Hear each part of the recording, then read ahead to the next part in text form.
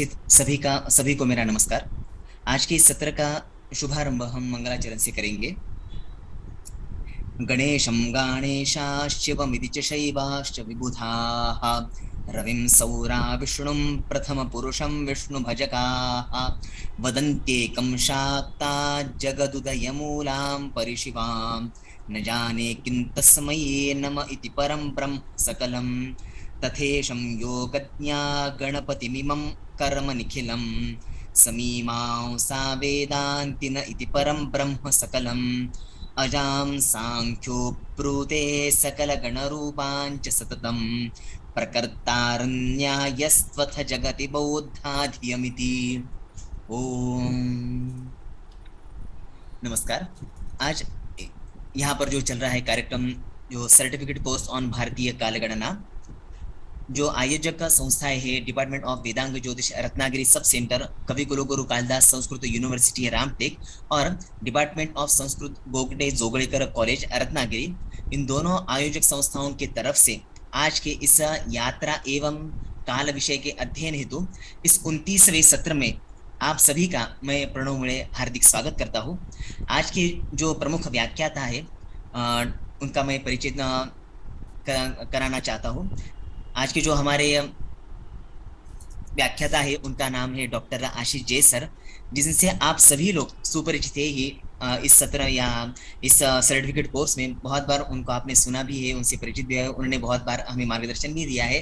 तो उनके बारे में और मैं क्या बताऊं, बस थोड़ा बताना चाहूंगा कि सर ने अध्ययन बहुत अलग अलग जगहों पर जाकर उन्होंने जो काल ज्ञान ज्योतिष का ज्ञान उन्होंने लिया है, और इस ज्ञान अर्जन हेतु वो बहुत सारे जगहों पर भी सर का जाना हुआ है। तो जिनके इस अध्ययन हेतु या अध्यापन हेतु जिनकी यात्रा भी बहुत हुई है और जो कालज्ञ भी है, तो इस प्रकार से आज का जो विषय है यात्रा एवं काल, तो मुझे लगता है कि सर का जो व्याख्यान आज होने वाला है वो बहुत ही अच्छा रहेगा और हमें बहुत सारी बातें सीखने को मिलेगी। और सर जो है कवि गुरु कालिदास संस्कृत विश्वविद्यालय जो रामटेक का कैंपस है, वहाँ पर हम वेदांग ज्योतिष विभाग में सहायक प्राध्यापक भी है। तो इतना मैं सर का परिचय देना चाहता था, और बाकी तो आप सभी सुपरिचित है ही। तो आज इस व्याख्यान हेतु हमारे सौभाग्य से सर का समय हमें प्राप्त हो या सर का मार्गदर्शन भी हमें प्राप्त होगा। तो अतः मैं सर के प्रति निवेदन करता हूँ कि वो हमें इस आज का जो विषय है यात्रा एवं काल, इसके ऊपर हमें मार्गदर्शन करें।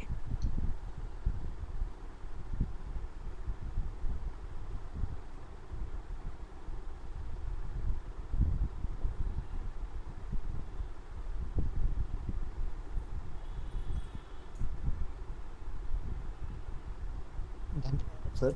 अभी आपको मेरा स्क्रीनिंग दिखाई दे रहा है ना? जी सर। जी धन्यवाद। तो सभी यहाँ जितने भी लोग आज उपस्थित हैं उन सभी के लिए मेरा नमस्कार। और आज एक बहुत ही एक महत्वपूर्ण दिन है, क्योंकि आज ऐसा दिन है कि हम इस 30 दिन के जो कक्षा है उसमें हम 30वें दिन पर पहुंच चुके हैं। और आज के जो इस जो सर्टिफिकेट कोर्स ऑन भारतीय काला गणना ये जो है ये एक वैल्यू एडेड कोर्स है। जैसा यूजीसी के नियम के अनुसार इसकी 30 हार्स के नियम के अनुसार ये हमने लगभग 2 महीना हो चुका है, क्योंकि हम छुट्टी ये सब भी लेकर। तो आज इस विषय में यात्रा दिए गए हैं, मगर ये एक अंतिम कक्षा है, तो इसके बाद जो होगा वो डायरेक्ट हमारा वैलिडिक्टरी रहेगा, परीक्षा रहेगा, ये इतना ही रहेगा। तो इस विषय में हमने आज जितना भी हम पढ़े हैं तो उस सभी के विषय में एक यात्रा है। आज का यात्रा और काल है विषय, तो अभी काल के विषय में एक रिवीजन जैसा हो जाए, एक छोटा सा एक ग्लांस जैसा हमने आज इतने दिन में क्या क्या देखे हैं उस विषय में हम जाने से पहले, पूर्वावलोकन में जाने से पहले, मैं ये सर्टिफिकेट कोर्स ऑर्गेनाइज करने के लिए जो हम इसके लिए वेदांग ज्योतिष विभाग रत्नागिरी कविकुल गुरु कालिदास सेंटर, कालिदास यूनिवर्सिटी जो है इनके रत्नागिरी सब सेंटर है वहाँ की, और फिर घोगटे जोगलेकर महाविद्यालय के डिपार्टमेंट ऑफ संस्कृत, इनको, ये दोनों जो मिलकर जो ऑर्गेनाइज किए हैं, उनको मैं पहले धन्यवाद समर्पण करता हूँ। और इस कोर्स के जो आइडिया है, ऐसा एक जिन्होंने दृष्टि किया, जैसा चिंतन किया तो परब्रह्म ने चिंतन किया तो सृष्टि हुआ, तो ऐसा हमारे मराठे सर ने जो चिंतन किए थे, उनका इच्छा था कि ऐसा एक कोर्स सभी के लिए उपयोग कर रहेगा। और उन्होंने सिर्फ काल के विषयों को अलग अलग अलग अलग तरीके से 30 दिन के लिए उन्होंने यहाँ अच्छे तरह से प्लान किए थे, और उसे यहाँ देने के जो उनकी जो चिंतना थी, तो वो आज सफल हुआ है, ऐसा ही कहना है। क्योंकि ये हमारा अंतिम कक्षा है, तो इस विषय में मैं सर को धन्यवाद देता हूँ। और हमारे मार्गदर्शन हर समय करते रहे हमारे HOD professor Krishna Kumar Pandey sir और Gokhale sir, professor Gokhale sir, इनको भी मैं धन्यवाद समर्पण करता हूँ। और सभी मेरी मित्र जितने भी लोग हैं, प्रणव मोले जी और अंबालिका मैडम और अनुज जी और रजत जी, जितना और राजश्री राजूकर मैडम, जितने भी लोग मेरे मित्रगण हैं, सभी को भी मैं नमस्कार धन्यवाद समर्पण करता हूँ। क्योंकि उन्होंने हर दिन एक एक यज्ञ में, जैसा एक एक आहुति विशेष होता है इन सभी के, और आपके बिना जो श्रोता है उनके बिना तो कुछ भी, आप ही इसके प्रेरक थे। तो आपको भी मैं सभी के तरफ से मैं धन्यवाद समर्पण करता हूं। क्योंकि 30 दिन लगातार एक कार्यक्रम में जुड़ना और हर दिन उस कार्य को संभालना, ये कोई छोटी सी विषय नहीं है जो आपने हर दिन हमारे साथ दिए हैं। तो आप सभी के लिए मैं धन्यवाद समर्पण करता हूं। आज एक छोटा सा पूर्वावलोकन जैसा करते हैं, और उसके बाद में यात्रा और काल के विषय में भी देखते हैं। पहले काल के विषय में देखते हैं, तो भूत भविष्य वर्तमान है, इस तरह काल के विषय में जाने से पहले क्या होता है कि काल को ही दो प्रकार में देखते हैं। ये काल को एक समस्त भूत का नाशक जो बोलते हैं, जिनको काल कहते हैं, यम को काल कहते हैं, और उनके भी काल होने से महाकाल उस विषय में जो बताते हैं, काल जो सबको संहार करते हैं, वो एक काल बन जाते होते हैं। और दूसरे काल गणनात्मक काल होता है, जो गणित में आ सकता है, जो कैलकुलेशन के साथ जिस काल को हम लेते हैं, उस काल को गणनात्मक काल बोलते हैं। और ये जो काल है गणनात्मक काल, ये भी दो प्रकार से बढ़ जाते हैं फिर से। यहाँ हम इस जो काल गणना में देखे थे, तो ये यही गणनात्मक काल को ही हम देखे थे। समस्त भूत का जो नाशक है, वो उस काल के विषय में हम यहाँ विचार नहीं कर रहे हैं। तो ये गणनात्मक काल है, यहाँ ये काल भी दो प्रकार के हो जाते हैं, जैसा कि मूर्त काल और अमूर्त काल। तो हमने मूर्त काल को भी यहाँ विचार किए हैं और अमूर्त काल के भी विचार किए हैं। जैसा अगर हम देखते हैं, प्राण से लेकर सभी जो काल है, प्राण, प्राण का मतलब एक हम सामान्य तरह से, जैसा उच्छ्वास निश्वास जैसा होता है, एक बार हम जैसा सांस लेते हैं, तो उसके लिए सामान्य जो एक अच्छे स्वास्थ्य के व्यक्ति के लिए 4 4 सेकेंड्स लगते हैं एक बार सांस लेने के लिए। तो इस जो 4 सेकेंड है, इसको आधार मानकर प्राण कर कर दिए हैं। तो ये यहाँ ये प्राण काल से लेकर हमारा जो मूर्त काल है, ये इससे जितना भी ज्यादा बढ़ते हैं वो मूर्त काल में जाते हैं। और उनके नीचे जितना भी लीक शकम लवह रेनवह, ये जो त्रुटि, ये सब जो थे, ये सभी भी अमूर्त काल हो जाते हैं। इनका जो रूप ये अनुभव में नहीं आता है, ये काल हमारे लिए। और देखते हैं तो हमें ये बेसिक से क्या पता होना चाहिए कि अहोरात्र जो है, क्योंकि हमें तो 24 आवर्स जो 60 सेकेंड्स मिलकर 1 मिनट बनता है, और 60 मिनट्स ऐसा मिलकर 1 आवर बन जाता है, और ऐसा 24 आवर्स मिलकर 1 डे बन जाता है। ये हम सभी जानते हैं, बच्चे तक जानते हैं, आज के स्कूल के बच्चे भी टाइम जो देखने के लिए जानते हैं, वो बेसिक ये पढ़ लेते हैं। मगर जो घटी के विषय और विघटी के विषय में बहुत सारे लोगों को इसका जो ज्ञान नहीं रहता है, इसलिए उनको पंचांग देखना ये भी दिक्कत में हो जाता है कहीं कहीं। तो ये जान लेना चाहिए कि जैसा कि ये 6 प्राण मिलकर एक विघटी हो जाते हैं, और 60 विघटी मिलकर एक घटी हो जाते हैं। तो एक घटी का साइज अगर हम इंग्लिश में आज के जो हम मान देखते हैं उसमें देखते हैं तो 24 मिनट्स का है। और यहाँ मैं ये पूरा विषय जान चुके हैं तो भी कल हमारा परीक्षा होने की वजह से उसके लिए एक तरह के जैसे रिवीजन जैसा हो, जितने भी काल के संबंधित जो प्रधान विषय है सिर्फ उन विषयों को लिया हूँ और आगे जाकर यात्रा के विषय में भी बताऊंगा। तो आज फिर घटी और ऐसा 60 घटी मिलकर एक अहोरात्र बनता है। दिन कहते हैं मगर अहोरात्र दिन और रात को मिलाकर जो तो सामान्य तरह से देखेंगे तो सुबह का 30 घटी और रात का 30 घटी होता है, मगर वास्तव में ऐसा नहीं होता है। इसके लिए तो रजत सर एक दिन अपने क्लास में जब बता रहे थे कैसे काल हर स्थान पर बदलते रहते हैं, कहीं भी दिन रात 6 महीने के दिन और 6 महीने के रात तक हो जाते हैं। तो इस तरह कैसे इसमें भेद आ जाता है ये रजत सर हमें एक दिन अच्छे तरह से समझाए थे। और इस तरह स्थूल काल और सूक्ष्म काल में ये प्राण से जो लीक्षण का लीक्षणकम जो कहते हैं ये क्या होता है, जैसा कि एक 10 पद्म पत्र को एक एक के ऊपर एक रख देंगे, जो लोटस पेटल बोलते हैं ना, तो उसको एक के ऊपर एक रखने के बाद अगर सुई को हम इंसर्ट करते हैं तो छुपाने से क्या होता है कि एक पत्र से दूसरे पत्र को जो प्रवेश करने में जितना समय वो लेता है उस समय को हम लीक्षणक बोलते हैं। तो वैसा देखते हैं तो लव रेनव ये सब भी बहुत कम होता है।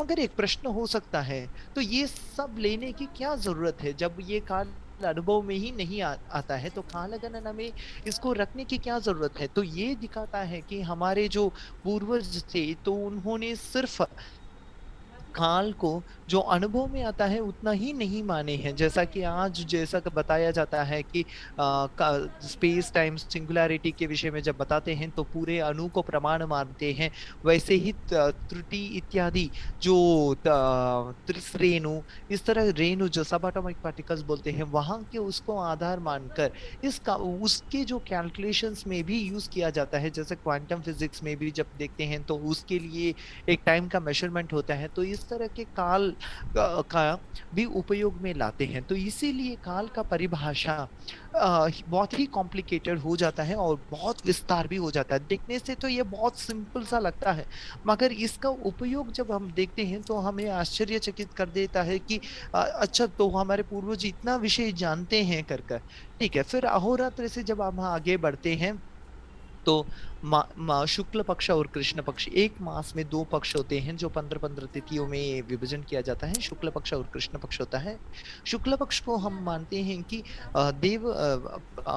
पितृगण के रात रात काल होता है, और कृष्ण पक्ष को पितृलोगों के दिवा काल मानते हैं।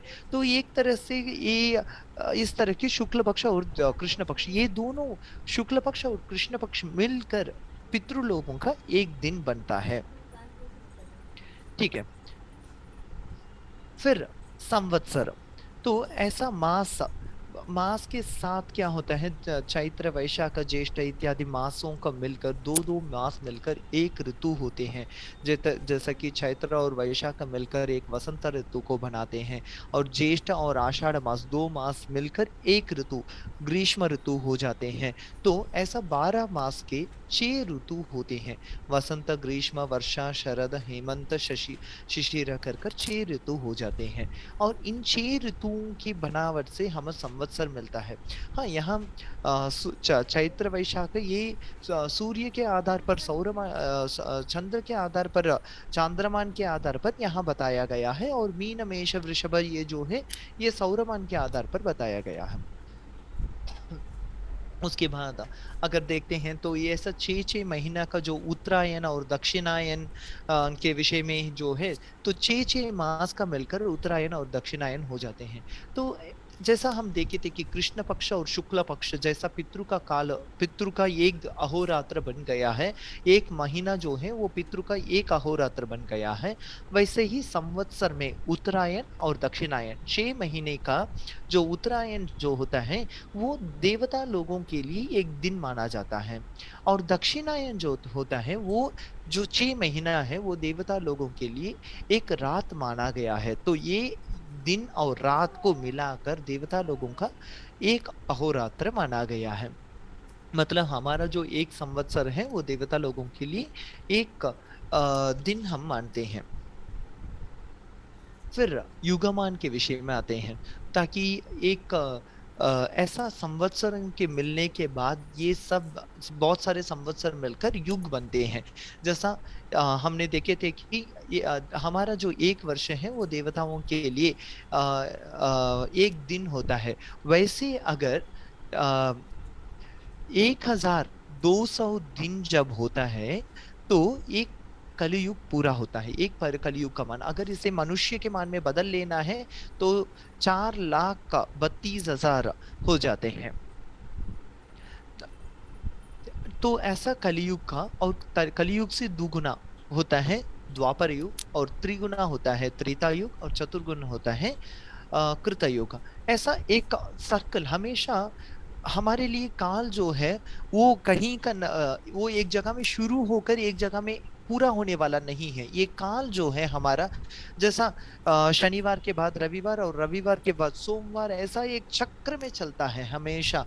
एक खत्म होने के बाद दूसरा, वैसा ही युग भी चक्र में जाता है और मनवंतर में चक्र में जाता है। एक कल्प होने के बाद फिर से दूसरा कल्प का शुरू हो जाता है। ऐसा सभी विषय चक्र में जानता है जाता है। तो ऐसा एक कृत त्रेता द्वापर कली, इन चारों युगों को मिलाकर हम इसे एक महायुग कहते हैं। ऐसा 71 महायुग मिलकर एक मनवंतर बनते हैं। तो इस विषय में पहले ही अध्यापक जो पढ़ाए थे उन्होंने बताए थे कि मनवंतर में कैसा एक बार प्रलय होता है और फिर से शुरू होता है। ये भी रजत सर ने ही शायद पढ़ाए थे। तो उन्होंने इसके संबंधित 2012 रिलेटेड मूवी को भी उन्होंने यहाँ इसमें उन्होंने बताए थे। तो ये एक मनवंतर, तो यहाँ एक मनवंतर में क्या होता है कि एक मनु का काल निर्णय किया जाता है। तो उन्होंने मनु जो होते हैं उन्होंने यहाँ इसके अधिपति रहते हैं। तो 71 महायुग होता है तो ये एक मनवंतर बनता है। तो ऐसा कुल 1,000 महायुगों को मिलाकर एक कल्प होता है। तो 1,000 महायुग एक कल्प होता है। एक कल्प का मतलब ब्रह्मदेव का एक दिन होता है। तो दो कल्प मिलने से क्या होता है, ब्रह्मदेव का एक दिन होता है और एक रात होता है। जो एक पहला कल्प में जो सृष्टि सब कुछ रहता है और दूसरा कल्प में एक प्रलय इत्यादि रहता है। तो फिर आते हैं पंचांग के विषय में। तो ये भी काल के संबंधित विषय होते हैं। जैसे कि काल को हम एक पूरा स्वरूप में देखे थे, काल को एक रूप में देखने के लिए कोशिश किए थे कि ताकि प्रलय तक जाकर, कल्प तक जाकर काल समाप्त वहां हो जाए। और वो फिर से जैसा कि हम देखते हैं कि जब बताते हैं तो जैसा बिग बैंग में जाकर सब, ब्लैक होल में जाकर सब कुछ समाप्त होता है, जो कि एक जो होता है वो उस पॉइंट में जाकर एंड हो जाता है और ये सब बिग बैंग से फिर से शुरू होता है कर कर। वैसे ही देखते हैं कि काल भी सूक्ष्म, अति सूक्ष्म से शुरू होता है और वहां बृहत कल्प में जाकर वो काल समाप्त होने का हम देख रहे हैं। फिर वो फिर से अति सूक्ष्म से वो शुरू भी होता है। ऐसा काल भी एक चक्र का रूप में ही दिया गया है, इसलिए हम काल चक्र भी बोलते हैं हमारे इसमें, तो हमारे धर्म में। फिर काल के बाद आते हैं तो पंचांग। क्या ये पंचांग क्या होता है, एक दिन का 5 अंग होता है। तिथि, नक्षत्र, वारः, योगः, करणः कर कर 5 अंग होते हैं। इस विषय में हर एक दिन एक एक आचार्य इधर बैठे थे और तिथि कैसे बनते हैं, नक्षत्र कैसे बनते हैं, इस विषयों पर उन्होंने हमें पढ़ाए थे, ताकि एक काल के जो स्वरूप, एक बृहत रूप पहले हमने देख लिए और उसके बाद उस काल को कैसे हम तिथि नक्षत्र वार योग करण में हमने उसे विभाजन किए थे। ये दूसरे एक डायमेंशन बोल सकते हैं, काल का ही एक दूसरा डायमेंशन कर कर भी इसे बोल सकते हैं। तो वैसा हमने इसे देखने का प्रयास करते हैं। तो उसमें पहला जो होता है ये तिथि होता है। जैसा कि शुक्ल पक्ष से पूर्णिमा से अमावस्या, फिर अमावस्या से पूर्णिमा, इस क्रम से जैसा शुक्ल पक्ष और कृष्ण पक्ष में 15-15 दिन प्रथमा द्वितीय तृतीय चतुर्थी पंचमी षष्ठी सप्तमी अष्टमी नवमी दशमी एकादशी द्वादशी त्रयोदशी चतुर्दशी फिर पूर्णिमा अमावस्या, ऐसा यहाँ तिथि होते हैं। तो तिथि में एक नंदा भद्रा जया रिक्ता पूर्णा, ये जो इनको तिथियों को ऐसा ऐसा नंदा भद्रा जया रिक्ता पूर्णा में विभाजन किए हैं, क्योंकि उसके शुभ अशुभ फल को जानकर और उस तिथि से क्या शुभ कार्य करना है क्या अशुभ कार्य करना है, ये देखने के लिए, क्योंकि जो कार्य इसका क्या महत्व है, क्योंकि कार्य जब अच्छे काल में किया जाता है, क्यों मुहूर्त इत्यादि देखने की क्या जरूरत है। अगर कार्य अच्छे अच्छे, क्योंकि हम जो भी कार्य करते हैं उसके सफलता के लिए ही करते हैं, तो उस कार्य को अच्छी तरह से सफल होना हम देखना चाहते हैं, तो उसे एक अच्छा काल में शुरू करना चाहिए। जैसा कि हम भी बोलते हैं, किसी व्यक्ति के पास जाते हैं तो उनके मूड देखते हैं और बताते हैं कि अगर उनके मूड अच्छा है तो उस समय में हम उनसे ये विषय बताते हैं, अगर उनका मूड अच्छा नहीं है तो हम उस विषय को नहीं बताते हैं। ऐसा ही सिर्फ एक व्यक्ति से जब बात करने के लिए ही हम उनका मूड देखते हैं, तो ऐसा ही कार्य को करने के लिए उस काल के, क्या वो काल हमारे लिए अनुकूल है या नहीं है, ये देखना भी काल का ही अंतर्गत एक विषय हो जाता है। तो इसलिए यहाँ इस कार्यक्रम में काल के सिर्फ गणना को न लेकर इस तरह के विचार को भी अंदर जोड़ा गया है।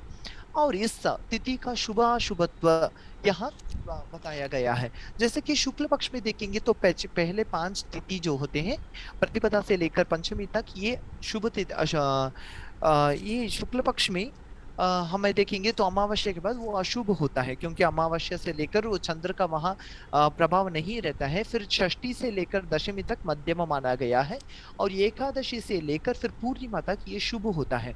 वैसे ही देखते हैं, क्योंकि चंद्र जहाँ ज्यादा प्रभावशाली रहते हैं तो वहां उनका ज्यादा प्रकाश जब होता है तब उसको ज्यादा शुभ माना गया है।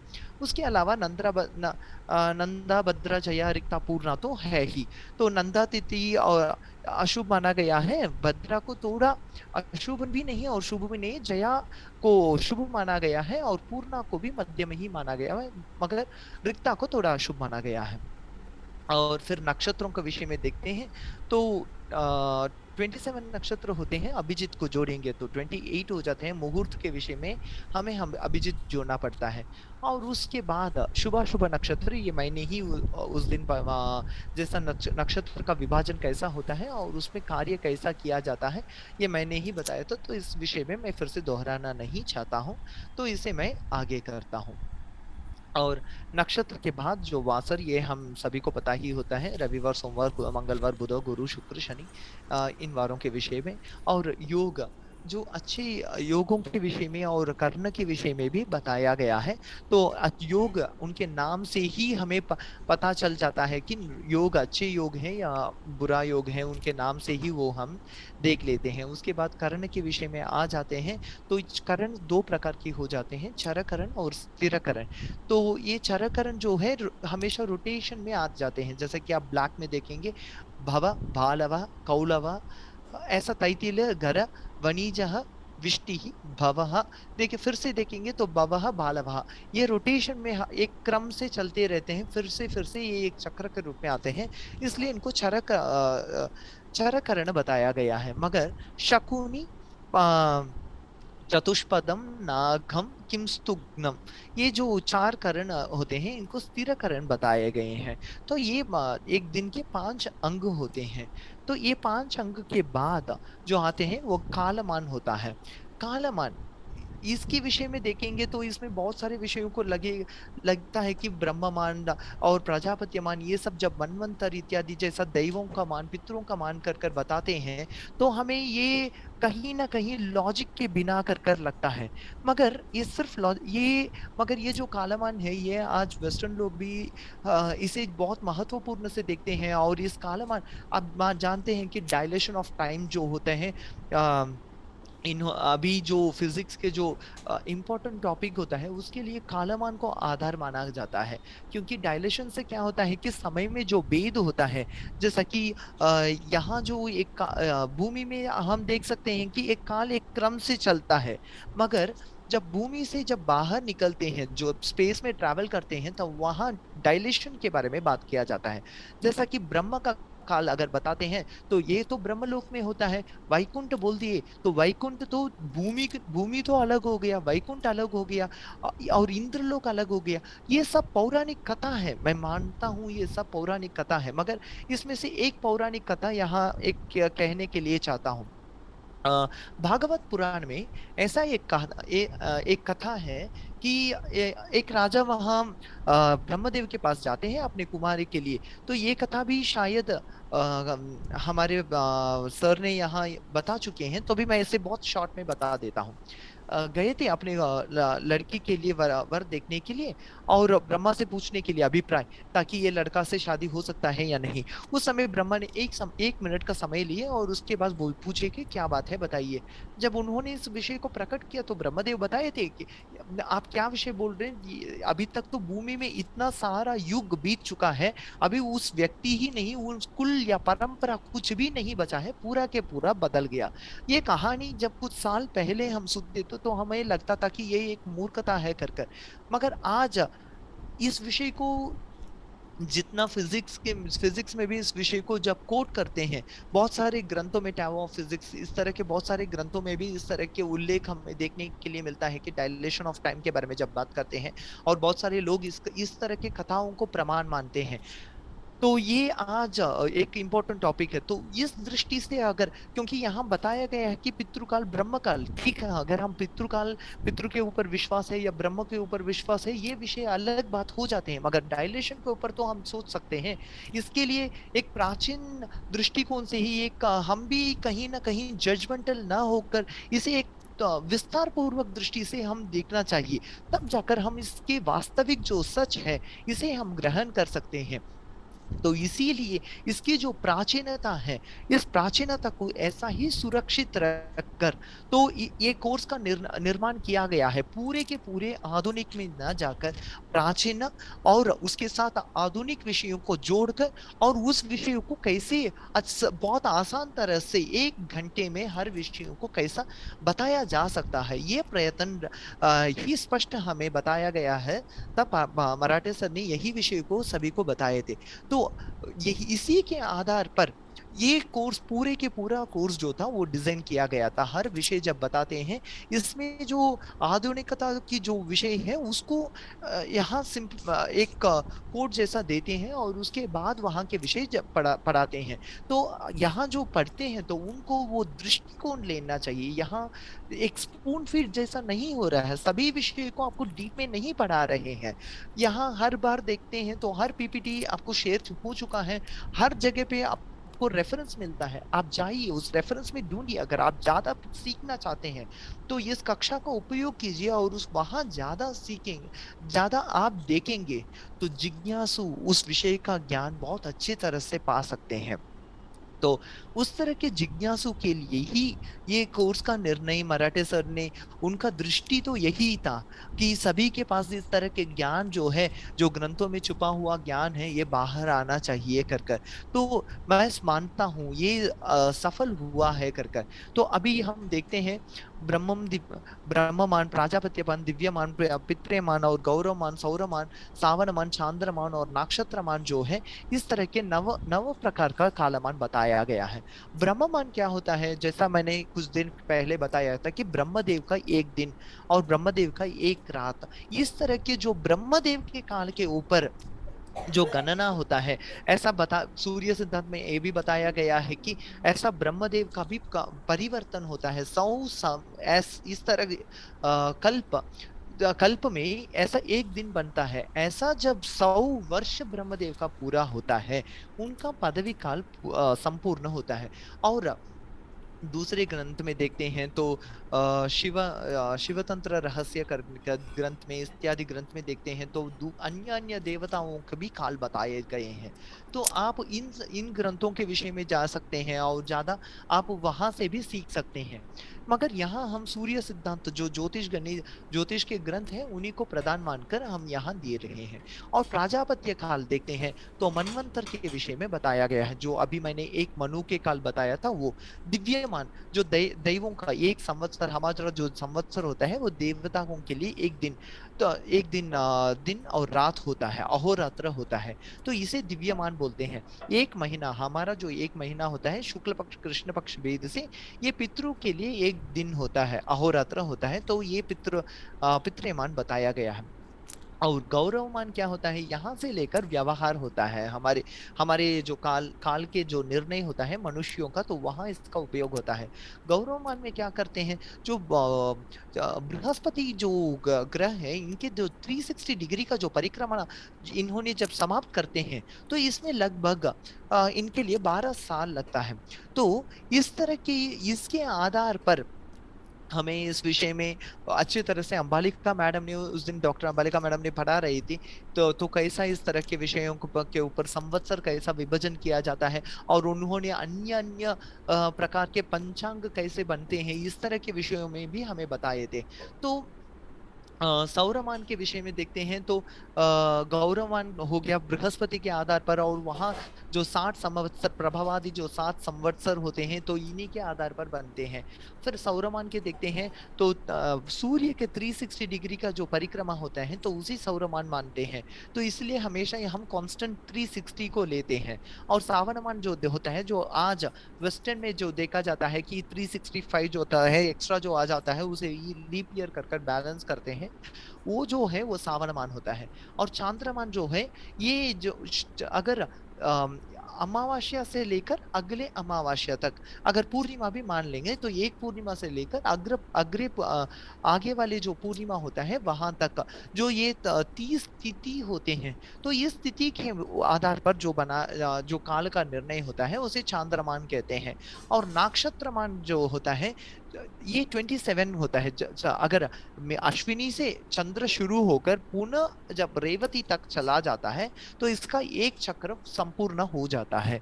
तो एक चक्र का, ये अश्विनी से लेकर रेवती तक जब समाप्त होता है एक चक्र, तो इसे नक्षत्रमान कहते हैं।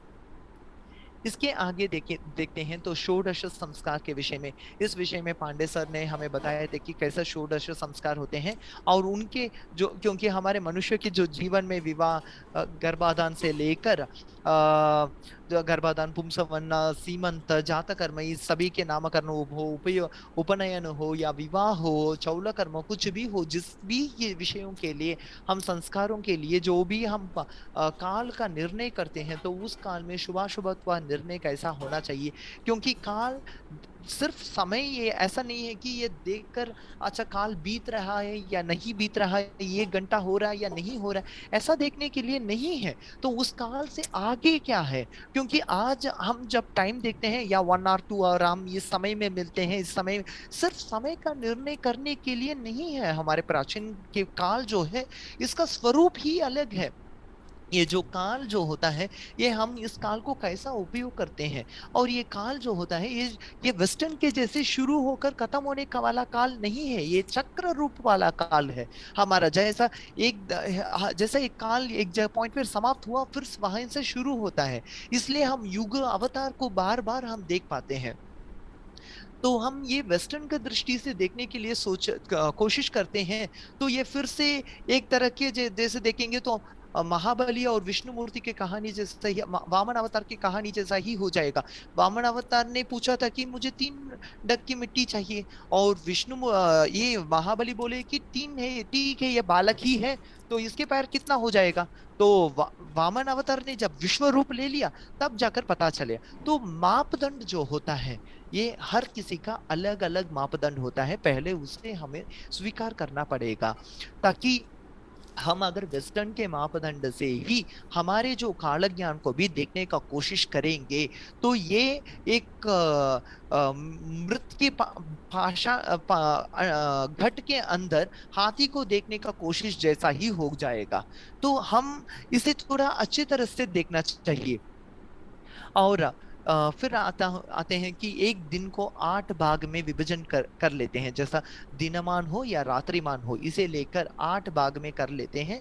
और वहां से यमकंट, गुलिक, राहु काल इत्यादि का विषय के जो विचार किए थे, तो ये इस विषय में मैंने ही पढ़ाया था, तो इसलिए इसमें भी मैं ज्यादा नहीं बता रहा हूँ, मैं आगे जा रहा हूँ। तो ऐसा राहु काल इत्यादि विषय हुआ है। तो आज तक काल सिर्फ यहाँ तक नहीं हुआ तो है, तो काल को जातक में जोड़ने का कोशिश किया गया है।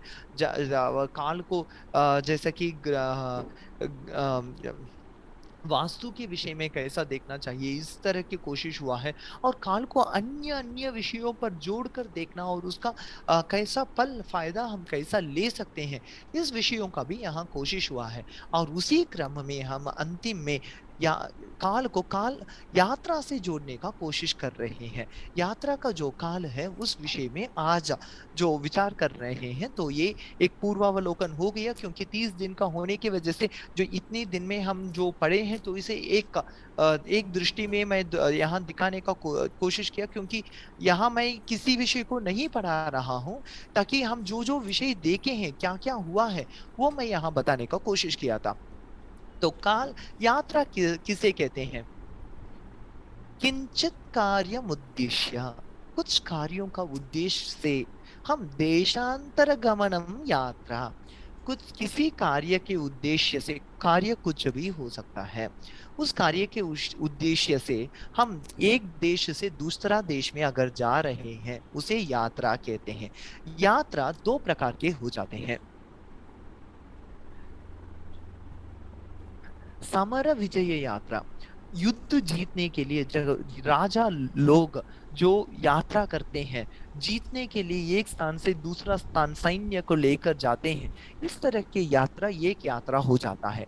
और दूसरा यात्रा जो है, सामान्य लोग हम जैसा यात्रा करते हैं, हम कोई किसी को बंधु जो लोगों को देखने के लिए जाते हैं, एक इंटरव्यू अटेंड करने के लिए जाते हैं, तो इस तरह की जो यात्रा होता है वो सब सामान्य में आ जाता है।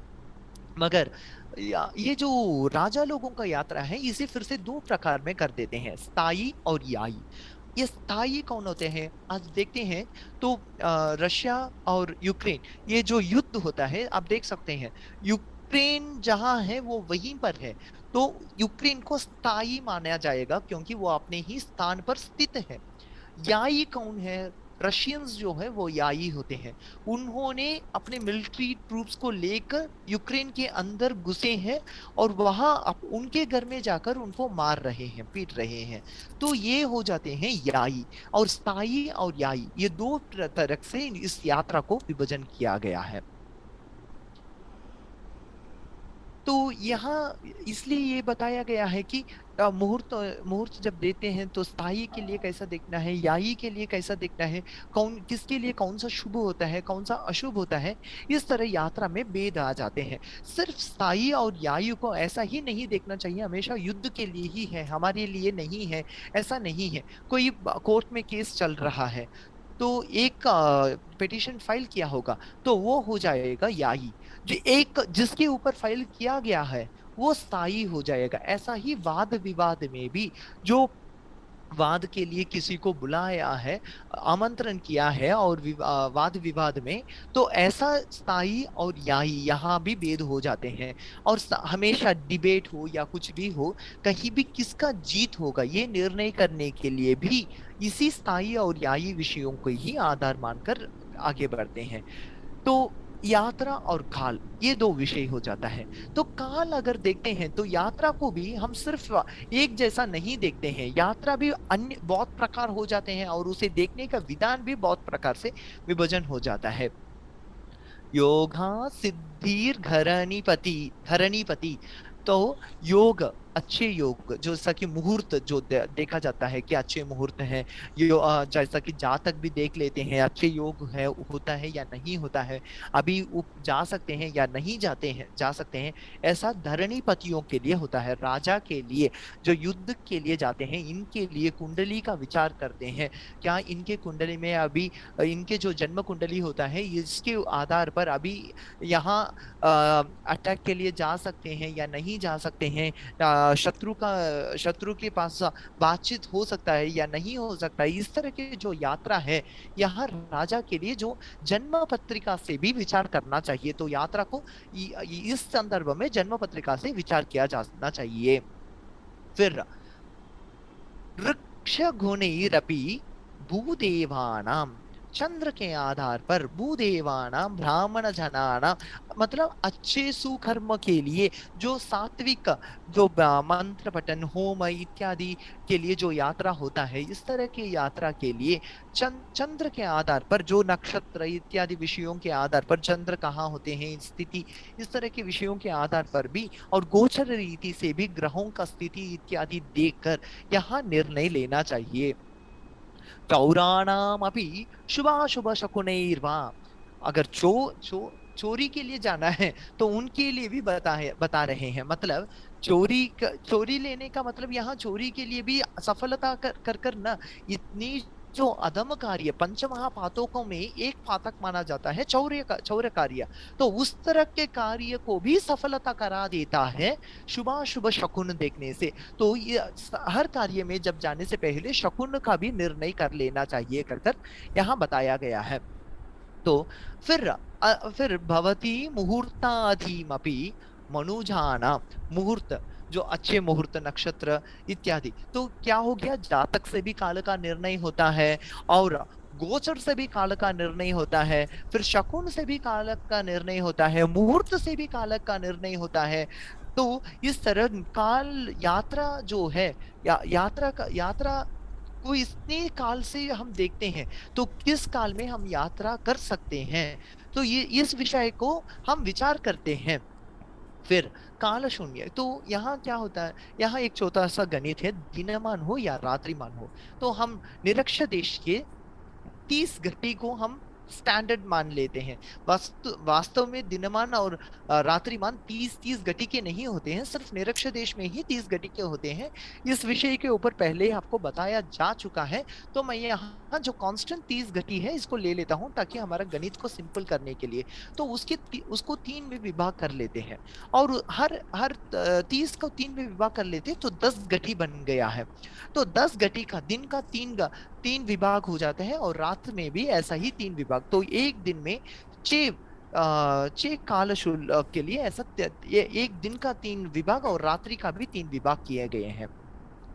तो ऐसा करने के बाद देखते हैं कि स्थिर ध्रुव नक्षत्र, स्थिर नक्षत्र कहें या ध्रुव नक्षत्र कहें, यहाँ पूर्वाहन में, मतलब पूर्व दिन के प्रथम जो का 10 घटी होते हैं, उस घटी में को त्याग करना चाहिए, क्योंकि इसमें कालशूल्य यात्रा के लिए, क्योंकि अभी मुहूर्त का एक एग्जांपल ले रहा हूं मैं, तो इस काल को यहाँ छोड़ देना चाहिए। चरण नक्षत्र में चरण नक्षत्र मतलब पुनर्वसु स्वाति श्रवण धनिष्ठ शतभिषा, ये जो 4 नक्षत्र होते हैं, तब उस समय रात्रि के तृतीय भाग, मतलब रात्रि में अंतिम 10 घटी, जो सूर्य उदय के पहले जो 10 घटी होते हैं, उस 10 घटी को त्याग कर देना चाहिए, मतलब उस घटी में यात्रा नहीं होना चाहिए, ये अशुभ माना जाता है। तो ऐसा एक मुहूर्त के अनुसार कैसा यात्रा को निर्णय किया जाता है, ये अभी बताया गया है। इस तरह प्रश्न शास्त्र, जातक हो या प्रश्न हो, जातक, तो यहाँ प्रश्न के विषय में बताया जा रहा है, षट पंचाशी का ग्रंथ से लिया गया है। जैसा लग्न से च्युति को देखना है, च्युति का मतलब क्या है, यहाँ से निकलना। अगर कोई पूछता है मैं विदेश जाना चाहता हूं, तो अभी प्रश्न शास्त्र में देखते हैं समय क्या है, ठीक है। अगर चर लग्न है तो इनका जाने का कंफर्म, ये जा सकते हैं, स्थिर लग्न है तो ये नहीं जा सकते हैं, द्विस्वभाव लग्न है तो जाने में विलंब होता है। और फिर वहां के ग्रह स्थितियों को देखते हैं कि कौन से ग्रह हैं और उनकी कितना बल है अबल है, इस तरह के विषयों को लेकर यहाँ फिर से यहाँ विचार होता है। फिर चतुर्थ भाव से वृद्धि देखा जाता है, ठीक है, वो विदेश जा रहे हैं, क्या वहां जाने से उनका लाभ होगा, उनकी जिंदगी में वृद्धि होगा, ना तो वहां जाने के बाद वहां उनको कुछ दुख कष्ट का सामना कर कर जो अपने साथ लेके गए थे उसे भी खोकर आना पड़ेगा क्या, ये वृद्धि के विषय है। इस तरह के विषय को चतुर्थ भाव से देखा जाता है प्रश्न काल के। और सप्तम भाव से क्या, निवृत्ति, पुनः अच्छी तरह से लौट के आते हैं, या रोग युक्त होकर आते हैं, या कोई दिक्कत से आते हैं, या ज्यादा लाभ लेकर आते हैं, इस तरह के विषय को निवृत्ति से देखा जाता है। फिर प्रवास, मतलब उनके जो यात्रा के जो समय है, यात्रा में उनको कोई दिक्कत थोड़ी नहीं आ जाते हैं ना। तो इस तरह के विचार दशम भाव से किया करना चाहिए कर कर प्रश्न शास्त्र षटपंचशिखा ग्रंथों में, मतलब प्रश्न शास्त्र के ग्रंथ में ऐसा देखा जाता है। तो यहाँ क्या होता है कि हम काल को पहले हम विभाजन किए थे किस किस तरह यात्रा के लिए ये काल हम कैसे कैसे देख सकते हैं, और उसके लिए मुहूर्त का प्रमाण माने थे, और जातक का प्रमाण, और शकुन का प्रमाण, और प्रश्न इत्यादि विषयों का प्रमाण जो हम माने हैं, तो उसके आधार पर गोचर इत्यादि के ये जो प्रश्न शास्त्र है ये गोचर ही है, गोचर से भिन्न नहीं है। फिर यहाँ ये प्रश्न के ही दूसरे द्वादश भावों के विषय में बताया गए हैं। पहले लग्न लग्न भाव में देह आरोग्य कैसा होगा, इनके ये यात्रा के विषय में। द्वितीय कोश, इनके धन जो है वो कैसे में होता है, और ये कैसे अच्छे तरह से इस्तेमाल होते हैं, या लाभ होगा या नहीं होगा, इस तरह के। और तृतीय भाव से धन भी नहा, मतलब सिक्योरिटी गार्ड्स जो उनके साथ जाते हैं उनकी स्थिति क्या है, उनके रक्षणा के लिए जो उनके साथ जाते हैं तो उनका क्या विषय है। आ, वाहन, तो चतुर्थ भाव से वाहन, जिस वाहन से ये यात्रा करते हैं उसकी स्थिति कैसी होगी है, इसकी विचार किया जाता है। मन मंत्र, मतलब इसकी जो एडवाइजर्स जो होते हैं उनके विषय में क्या होता है, वो कैसे रहते हैं। और फिर शत्रु लोग जब जाते हैं तो वहां के शत्रु किनसे मिलने के लिए जाते हैं, कोई रास्ते में इनको दिक्कत पहुंचाता है या नहीं, ये सब मार्ग जाने का रास्ता कैसा होता है, इसके विषय सप्तम भाव से विचार किया जाता है। और अष्टम भाव से आयु, और इनके हृदय मनोनुकूल कैसा होता है, ये नवम भाव से होता है। व्यापार, जो इनका व्यापार अच्छी तरह से होता है या नहीं, ये दशम भाव से। और गमनागमन, आगम वापस आने का जो है ये एकादश भाव से। और यहाँ जो इनका व्यय जो होता है, जाने में जो खर्च होता है, ये यहाँ से विचार किया जाता है। मतलब द्वादश भाव से विचार किया जाता है। और जन्म काल से कैसा देखना चाहिए, ये विषय यहाँ बताया गया है। मैंने सिर्फ एक एक एग्जाम्पल दिया हूँ, और अब सभी के विषय में यहाँ मुहूर्त हर रेफरेंस भी दिया गया है, तो आप उसके संबंधित जो ग्रंथ में उस चैप्टर में जाकर आप देखते हैं तो आपको बहुत विस्तार से आपको मिल जाएगा। क्योंकि हर विषय, ये जो काल गणना जो है ये बहुत ही बड़ा बृहत विषय है, विश्व रूप जैसा है। और इसे हम 1 घंटे में आपको परिचय ही करा सकते हैं, इसके पूरे जो विषय है, इसका पूरा ज्ञान जो देना है, ये बहुत ही समुंदर जैसा ही है। जैसा वराह मिहिर जी बताते हैं कि समुद्र पार करने के लिए एक प्लव ही प्रदान कर सकते हैं, तो वैसा ही एक प्लव के रूप में ये 30 दिन के कार्यक्रम जो है ये आपके लिए मदद करेगा। तो यहाँ जो जन्म काल से कैसा इसका निर्णय लेना चाहिए। स्वक्ष, मतलब अपने जो राशि है, राशि से यहाँ विचार किया जाता है, जन्म राशि से देखते हैं, और गोचर जिसको कहते हैं वहां से इसका विचार किया जाना चाहिए। और अर्नाध, तो यहाँ होता है उपचय स्थान, जैसा लघु जातक में भी बताया गया है, 3, 6, 10 और 11 भाव में कौन से ग्रह बैठे हैं। और अनुपचय स्थान 1, 2, 4, 5, 7, 8, 9 और 12, ये जो भाव होते हैं, यहाँ जो ग्रहों की स्थिति होते हैं, यहाँ इसे उपचय स्थान और अनुपचय स्थान, यहाँ के विचार कैसा होना चाहिए। फिर घट, कुंभ राशि व कुंभ लग्न जब होता है तो उस समय में नहीं करना चाहिए। फिर अस्त अस्तव, जब ग्रह अस्त हो गए हैं, तो जो ग्रह शुभ ग्रह होते हैं उनको, जिनको बलवान होना चाहिए, जो वो हमारे जो गोचर रीति से जब अस्तंगत हो जाते हैं तो तब यात्रा का नहीं करना चाहिए। और वक्री होने से अनरुजु, तो ये वक्री होने से वहां उस समय में नहीं करना चाहिए। गृहान षष्टमम, मतलब शत्रु के षट, अगर कोई केस या कुछ भी हो, शत्रु से षष्ठम भाव जो होता है और उस अधिपति का जो काल, वहां का लग्न अगर हमें प्राप्त होता है, यात्रा के लग्न होता है, तो उस समय में नहीं करना चाहिए, क्योंकि वो शत्रु को बल देता है जीतने के लिए, तो उस समय में नहीं करना चाहिए। रुपोर भान भा धनु, तो यहाँ रिपो शत्रु का, भार धनु भारधनु का मतलब क्या है? पृष्ठोदय, ऐसा मतलब है। जो कि बृहद जातक में हम देख पाते हैं कि गोजस्विकर्की मिथुनाः समृगानि शाक्याः पृष्ठोदयाः विमिथुनाः कथिताः कथितास्त एव।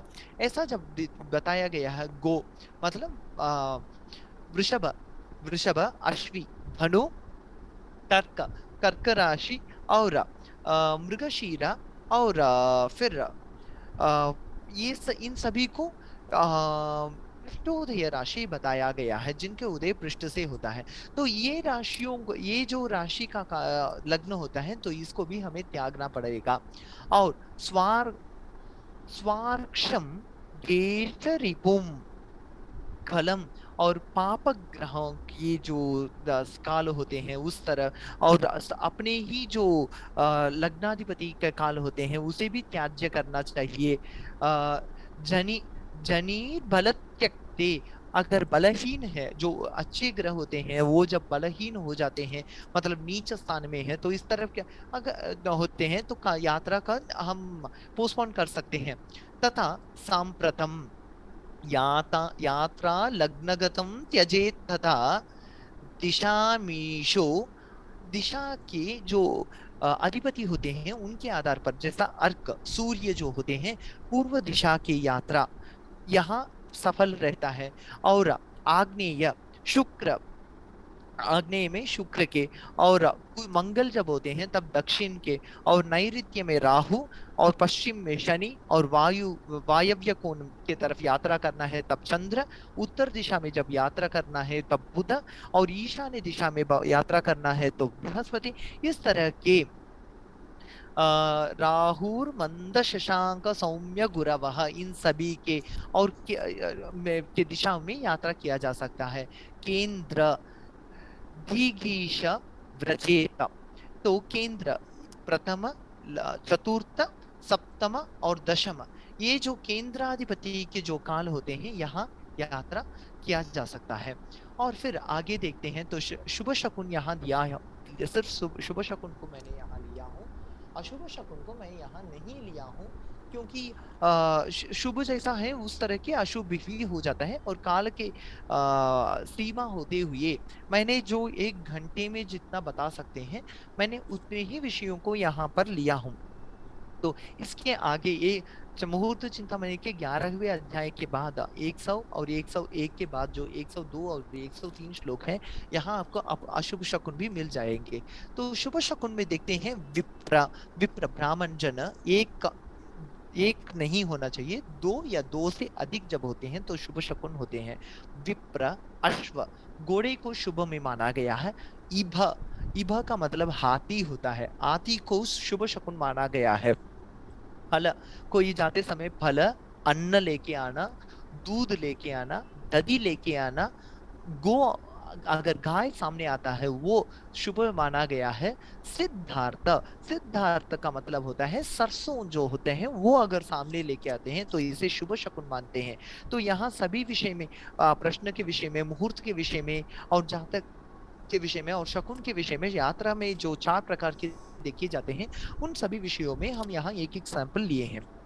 फिर सिद्धार्थ पद्म, जो कमल होते हैं वो का पद्म। अंबर, अंबर का मतलब होता है वस्त्र, जो अच्छे वस्त्र, नए वस्त्र जो होते हैं वो लेके आना भी अच्छा होते हैं। वेश्या, वेश्या लोग जो होते हैं उनके आना भी अच्छा माना जाता है। वाद्य जो अच्छे शुभ मंगल वाद्य जो भी सामने लेके आते हैं।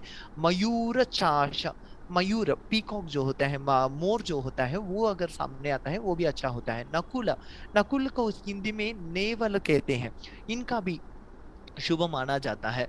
बद्धैक पश्वा मीशम, अमीशम, बद्धैक पशवा, बांधा हुआ पशु, अगर कोई गाय या कोई भी पशु को बांध कर लेके अगर सामने से जाते हैं तो इसे भी शुभ शकुन माना गया है।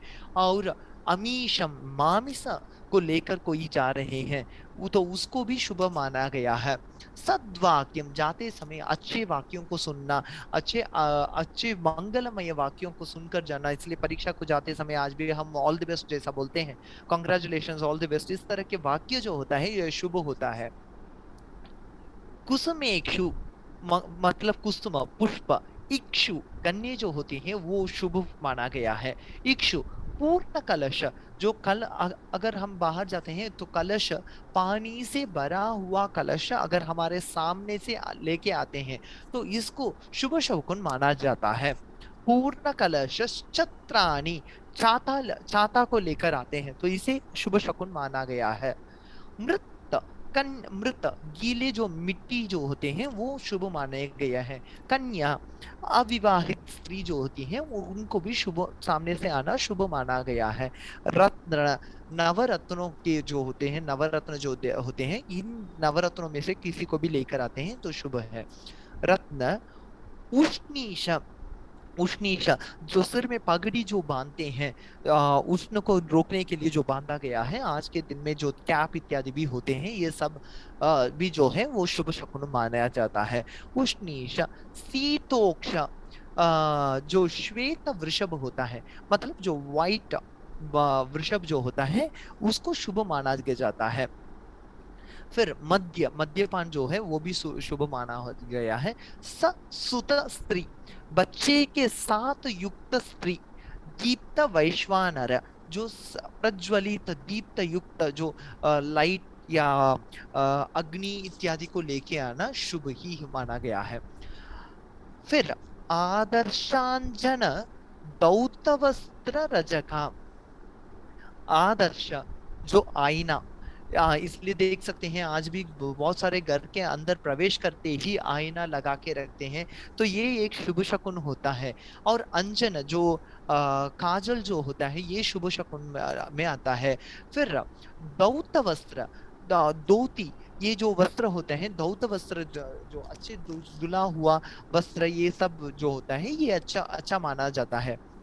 मीन मछली, मीन। फिर आज्य, आज्य का मतलब घी, जो यज्ञ में आज्य दिया जाता है, घी जो है वो शुभ शकुन होता है। सिंहासन, दैव का हो या राजा का हो, सिंहासन अगर देखा जाता है तो अच्छा माना गया है। शवम रोदन वर्जितम, शव जो है मृत लोगों का जो देह को लेके जाते हैं वो शुभ शकुन है। कब शुभ शकुन होता है? अगर वहां लोग ज्यादा से रो रो चिल्ला चिल्ला कर नहीं रो रहे हैं तो वो शुभ शकुन में माना जाएगा। ध्वज, पताका जो होता है वो शुभ शकुन में माना जाता है। ध्वज, मधु, हनी जो होता है वो, मधु, मधु चाघास्त्र गोरोचनम। तो फिर छागा मेषः, जो बकरी होता है वो। फिर गोरोचन, ये एक तरह के सुगंधित द्रव्य है, ये दुकान में मिलता है। चंदन जैसा है, चंदन वो पेड़ नहीं है, वो गोरोचन अलग है। भारद्वाज नाम का जो पक्षी होता है, पक्षी विशेष है, वो उसको भी शुभ माना गया है। नृयान, जो मनुष्य लेके जाते हैं, डोली वगैरह जो होता है, नृयान वो मनुष्य का जो यान होता है वो शुभ माना गया है। वेद निनधा, वेद का जो ध्वनि होता है, जिसलिए हम हर बार भी जब कार्यक्रम जो भी शुरू करते हैं तो वेद ध्वनि से शुरू करते हैं। ऐसा मांगल्य गीत शकुनम, मंगलमय गीत, ये अंकुश, हाथी का जो अंकुश होता है ये सब देखना। सत्फलधा प्रयाण समये, प्रयाण के जो काल में ये सब अच्छे फल देने वाले शकुन माने जाते हैं। रिक्तो घटः स्वानुगः, रिक्त घट, काली घट, अगर हमारे पीछे से कोई काली घट लेके जाते हैं तो इसको भी शुभ शकुन में देखा जाता है। तो का यात्रा, तो हम आज क्या किए थे कि यात्रा कितने प्रकार के होते हैं ये देखे थे, और यात्रा में किस किस तरह के विषयों पर किस किस तरह विचार किया जाता है। जैसा राजा के लिए कैसे विचार किया जाता है, जब युद्ध के लिए कोई जाता है, कोई किसी के ऊपर केस के लिए जाते हैं तो कैसे उसके विचार करना चाहिए, और सामान्य मनुष्य के लिए कैसे विचार करना चाहिए, जो कार्य के लिए जो जाते हैं तो उनके लिए कैसा विचार करना चाहिए, ऐसा अलग अलग विषयों में कैसा विचार करना चाहिए, ऐसा आज हमने देखे थे। तो आज का कार्यक्रम यहाँ से समाप्त हो रहा है, और इसके साथ हमने ये जो 30 दिन का जो यज्ञ का शुरुआत किए हैं ये आज हमारा परिपूर्ण हुआ है, और ये सिर्फ आप ही की वजह से हुआ है। तो आप सभी के लिए मैं धन्यवाद समर्पण करता हूँ। और इसके अलावा एक सूचना है कि कल हम सब आप सभी के लिए एक परीक्षा रहेगा, क्योंकि एक परीक्षा में जो मार्क्स आता है, तो इसके आधार पर ही आपका जो रिजल्ट रहेगा वो इसके आधार में ही रहेगा। तो अच्छी तरह से देख लीजिए, ये परीक्षा होगा, इसमें ऑलमोस्ट 40% जो मार्क्स होता है, ये पुराने आज तक जो पांच परीक्षा जो आपको हुआ है, हर हफ्ते आपका 10-10 मार्क्स के लिए परीक्षा हुआ था, एमसीक्यू क्वेश्चंस हुआ था, वैसा ही 40% वहीं से लिया जाएगा, पुराने जो प्रश्न उत्तर है वहीं से लिया जाएगा। और बाकी जो 60% है वो नया प्रश्न रहेगा, और नया प्रश्न भी वही रहेगा जो आज तक का 30 दिन में जो पढ़ाया गया है वही विषय ही रहेगा।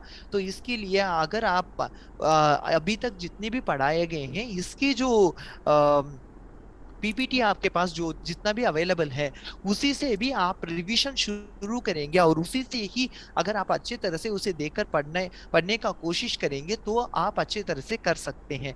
तो कल की जो कक्षा है, 4:30 से लेकर 5:30 बजे के जो समय रहेगा, 1 घंटे के समय, तो वहां आपको परीक्षा देना होगा। तो ये 1 घंटे में आपको परीक्षा का समाप्त करना पड़ेगा। आज तक कैसा होता था, 24 आवर्स से ज्यादा ही मिल जाता है आपको परीक्षा सबमिट करने के लिए, मगर कल 1 घंटे में आपको परीक्षा समाप्त करना पड़ेगा। और परसों के दिन है, उसमें वैलिडिक्टरी जो फंक्शन है उसमें आप सभी का आह्वान है, और जितने भी लोग आज तक नहीं आए हैं उनको भी सूचना देना होगा कि वैलिडिक्टरी में उनको जरूर रहना है। तो आज की जो सेशन मेरे मुझे देने के लिए सभी को मैं धन्यवाद समर्पण करता हूं, और प्रत्येक रूप से हर एक के लिए मैं यहाँ जितने भी लोग जो धैर्य किए थे मुझे इतने देर तक सहने के लिए, तो उनके लिए भी मैं धन्यवाद समर्पण करता हूँ। हाँ, तो प्रणव जी। बहुत बहुत धन्यवाद सर। आज का व्याख्यान बहुत ही अच्छा रहा सर। आपके जो आज के व्याख्यान बिंदु थे उनके ऊपर थोड़ा मैं कहना चाहूंगा, जो मुझे स्मरण में आया। जैसे पूर्वावलोकन का आपने बिंदु सर आपने पीपीटी में और आपने यहाँ पर मार्गदर्शन दिए, तो मुझे याद आया कि जैसे जब क्रिकेट मैच होता है, क्रिकेट मैच के लास्ट में जब समाप्ति समय या समाप्त होने के बाद वहां पर किन किन प्लेयर्स ने अच्छे से चौके मारे, छक्के मारे हैं, या किस प्रकार से किसको आउट किए हैं, तो इस प्रकार जो महत्वपूर्ण बिंदु क्रिकेट में उस मैच में हुए होते हैं, तो उन बिंदुओं को दिखाया जाता है। तो सेम उसी प्रकार से जैसे ये एक जो सर्टिफिकेट कोर्स की मैच चली है, 30 दिन से चल रही थी, तो उस मैच में जितने भी अच्छे अच्छे बिंदु थे जिनका स्मरण करना बहुत ही आवश्यक था, ऐसा मुझे भी लगा सर। क्योंकि बहुत सारे कुछ ऐसे बिंदु थे, जैसे अनेक बिंदुओं को तो मैं नहीं कहूंगा, लेकिन कुछ ऐसा होता है कि जिनके लिए ये विषय बहुत ही नया था कालगणना के बारे में, तो कुछ ऐसे अनेक विस्मृत जो बिंदु थे, अनेक लोग भूले ऐसा नहीं कहूंगा, कुछ लोगों को अनेक जो विस्मृत बिंदु होते हैं उनका भी स्मरण उनको हो गया। कुछ लोगों में कुछ जो विस्मृत बिंदु थे उनका भी स्मरण आज इस सत्र में हो गया है। और कुछ जो स्मरण में थे बिंदु, लेकिन उनको भी फिर से सुनने के बाद उनमें और सुदृढ़ीकरण हो चुका है। तो इस कारण से ये जो आपने बिंदु आज लिया था सर, वो मुझे बहुत ही अच्छा लगा सर। और आपने आज यात्रा मुहूर्त, यात्रा शकुन, यात्रा प्रश्न आदि बहुत सारे यात्रा संबंधित जो भी थे उनका संक्षिप्त में, मैं ये नहीं कहूंगा जैसे आपने कहा है ये सविस्तर से तो 1 घंटे में हम नहीं बता सकते, लेकिन संक्षिप्त में मुझे लगता है कि बहुत ही अच्छे से सबको यात्रा के बारे में पता चला है। शकुन के अनुसार अभी आपने जो बताया उसके अनुसार मैं कहना चाहूंगा कि आज के बाद जो भी लोग यात्रा के लिए निकलेंगे, तो मुझे लगता है कि काल को देखकर वो तो यात्रा करना प्रारंभ करेंगे ही, जिससे उनकी जो जर्नी है वो हैप्पी जर्नी होगी। लेकिन काल को देखे न देखे, लेकिन शकुन को उनको पता चला है कि हैप्पी जर्नी जो बोलते हैं वो एक प्रकार का शकुन भी होता है, और वो भी एक पूरक हो जाता है कि हमारी जर्नी हैप्पी हो। तो इस कारण से आज के बाद जो है वो हैप्पी जर्नी लोग कहना तो नहीं भूलेंगे। ये हो गया। तो सर, हैप्पी जर्नी के सिद्धांतों के इस रहस्यों को काल की दृष्टि से आपने जो आज उजागर किया है, इस हेतु सभी श्रोता वर्ग की तरफ से मैं आपके प्रति धन्यवाद अर्पण करता हूँ। तथा आज या इस 30 दिन से जो काल रूपी जो यज्ञ है, उस यज्ञ में जो भी जो आयोजक वर्ग थे उन सभी का मैं सभी श्रोता वर्ग की तरफ से धन्यवाद अर्पण करता हूँ। तथा जो भी आयोजक गण है, दो संस्थाओं की तरफ से यहाँ पर जो आयोजित किया गया था, ये कार्यक्रम 30 दिनों से चल रहा था, तो जो श्रोता वर्ग है जिनके बिना ये कार्यक्रम सफल कभी नहीं होता, तो उन्होंने बहुत ही जो संख्या है वो मैंने देखा है पहले दिन से जो संख्या है थोड़ी बहुत कम ज्यादा हुई, लेकिन तभी भी बहुत सारी संख्या, आपकी संख्या देखकर हमें भी बहुत ज्यादा उत्साह हमेशा आता रहा। तो मैं आज आप सभी के प्रति बहुत बहुत धन्यवाद अर्पण करता हूँ, तथा आज का ये सत्र यहीं पर समाप्त होता है, ऐसा सर मैं घोषित कर सकता हूँ। जी जी, कर सकते हैं आप। सभी को नमस्कार। हम हमने एक महायज्ञ जो पूर्ण किया है, अभी पूर्ण हुआ नहीं है। कल फिर परीक्षा है, फिर परसों एक समापन कार्यक्रम भी है, उसमें ही इसकी पूर्णता होगी। कल 4:30 बजे परीक्षा रहेगी, 4:30 से 5:30 बजे तक।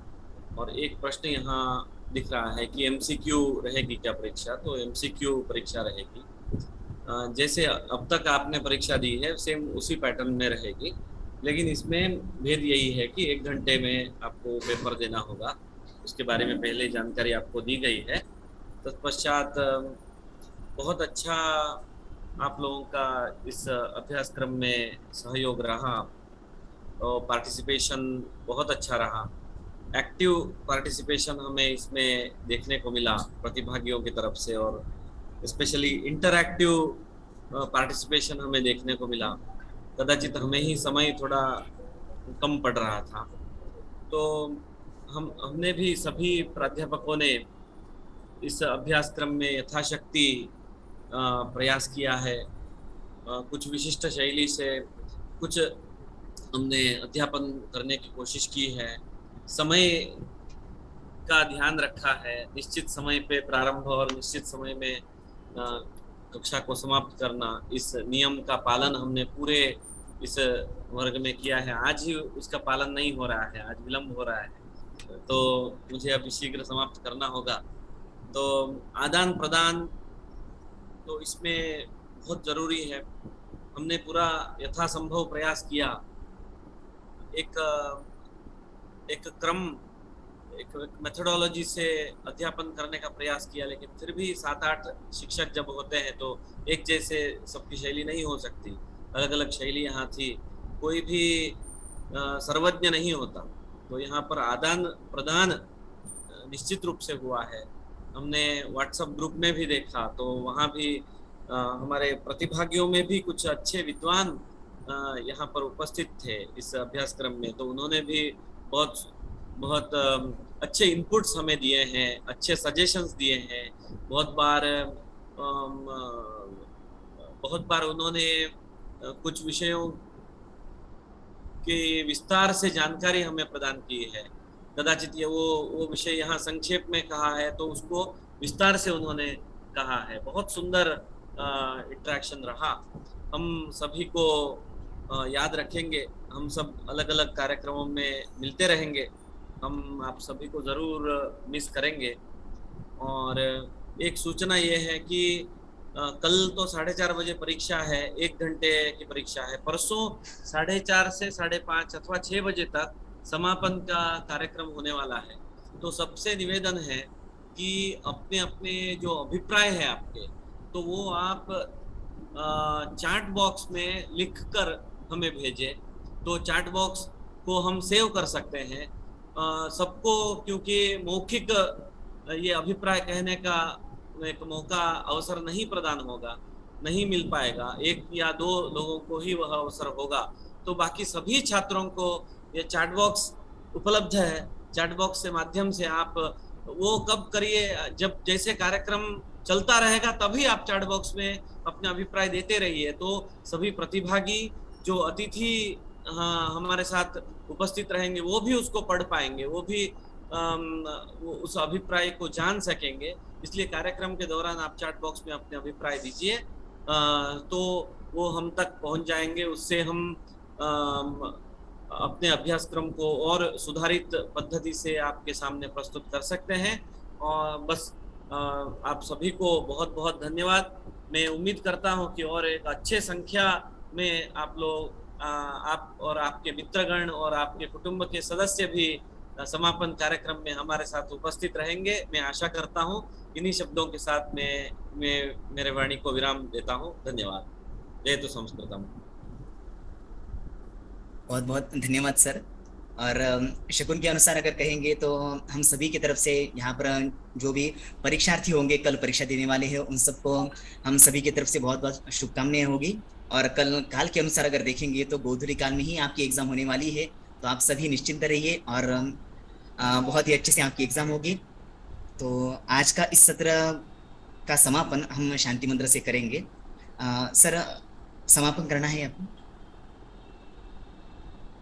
जी जी, करना है, समाप्त करना है। ठीक है सर। ओम पूर्णमदः पूर्णमिदं पूर्णात् पूर्णमुदच्यते पूर्णस्य पूर्णमादाय पूर्णमेवावशिष्यते। ओम शांति शांति शांति।